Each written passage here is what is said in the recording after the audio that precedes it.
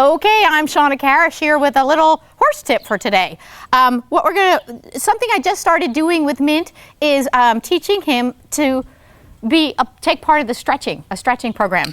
Now, if I just grab his legs and start pulling him, I can actually do damage. So instead, I want to teach him to work with me and help me out. So I'm looking for him to relax into when I stretch. So let me demonstrate some of the things we're going to work on. So again, if I just pull, I just can do damage, frankly. So I want him to be a part of it.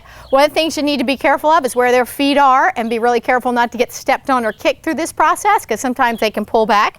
And so let me demonstrate what you can do with the positive reinforcement to get him to be a part of the process.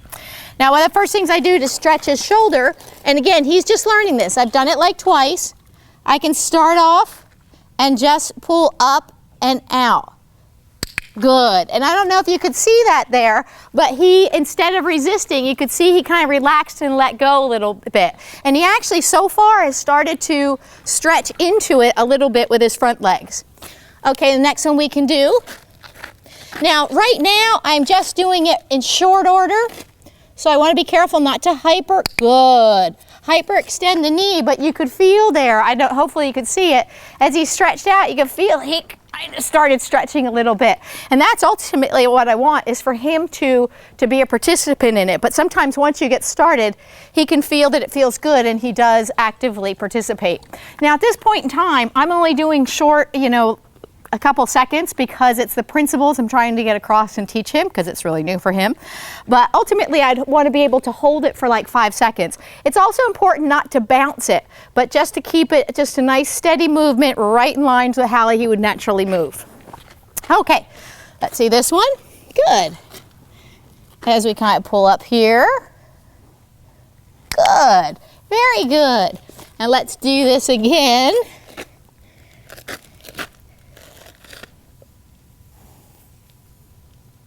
Good boy. And there again, he's nice and relaxed and soft.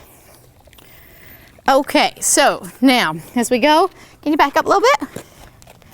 Good. Okay, now come around here. Minty, come here. Good boy. Okay, so now what we're going to do is work on some from the back legs. Now, the back legs are trickier because he can actually get a little kicky with his legs. So you need to be really careful on these. First thing I want to do is get good to let his leg relax into my hand. Again, keeping aware of where I am in that area. Next thing I want to do is look for him to soften just like he did on the front leg.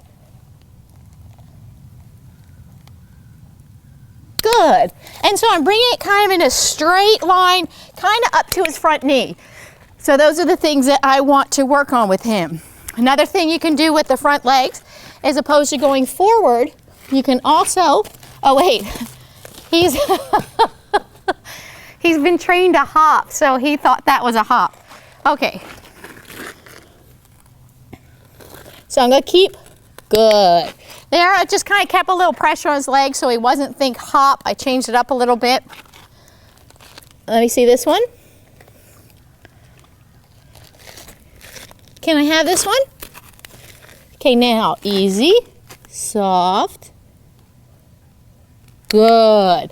And again, trying to get him out of the hop mentality, but that meant as soon as he softened and relaxed and let me pull it back just a little bit and kind of went with it. So let's do the other back leg.